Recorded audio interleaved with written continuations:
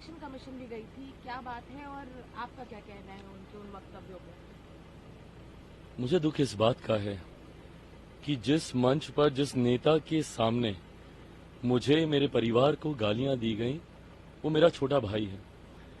मेरे ऊपर कई बार इस बात के आरोप लगाए गए हैं कि एनडीए गठबंधन में होने के बावजूद मैं क्यों लालू जी के परिवार के प्रति मैं सॉफ्ट रहता हूं, क्यों नहीं मैं ज्यादा बोलता।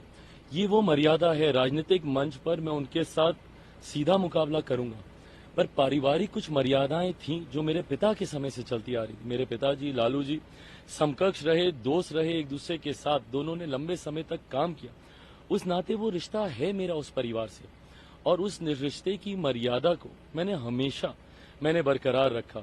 राजनीतिक मैंने उनका कड़े से कड़ा विरोध किया, पर कभी भी पारिवारिक स्तर पर मैं उनके कभी नहीं गया। ऐसे में नाराज, गुस्सा होने से ज्यादा मैं दुखी हूं, और दुखी मैं इस बात को लेकर हूं कि जब मेरे परिवार को गाली दी जा रही थी, मेरा छोटा भाई उस मंच पर था।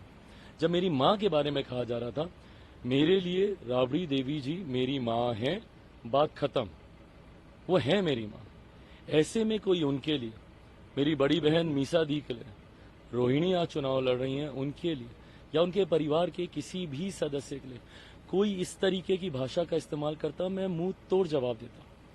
मैं तत्काल उसी वक्त उसी मन से कड़ा विरोध उनके खिलाफ मैं दर्ज कराता।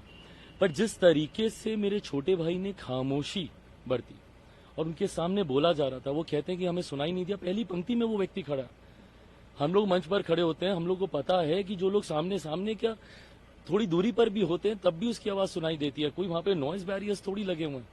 और उस वक्त मंच पे खामोशी थी, आप तो भाषण भी नहीं दे रहे थे, तो कैसे आपको सुनाई नहीं दिया?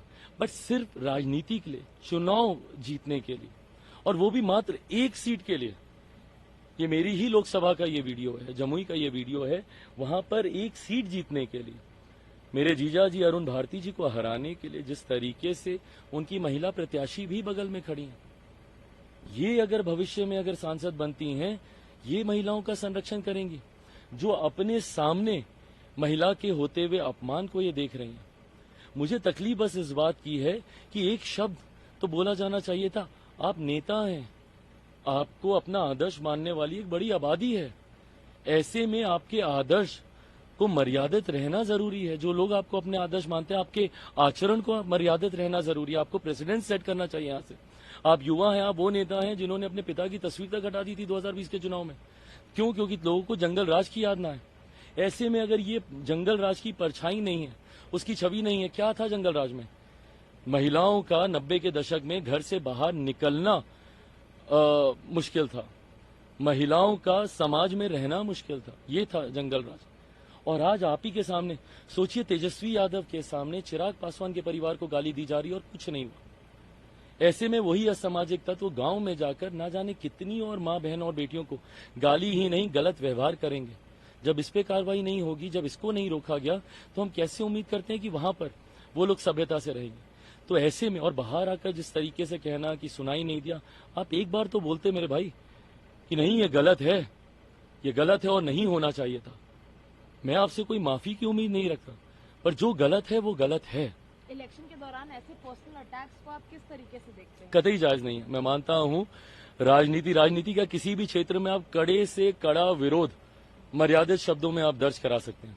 आप बड़ी से बड़ी बातों को संयमित शब्दों में आप ढालकर कह सकते हैं। ऐसे में इस तरीके की मर्यादाओं को गिराना, इस तरीके के निचले स्तर पर राजनीति को लेकर जाना भविष्य की राजनीति के लिए कतई उचित नहीं। Thank you.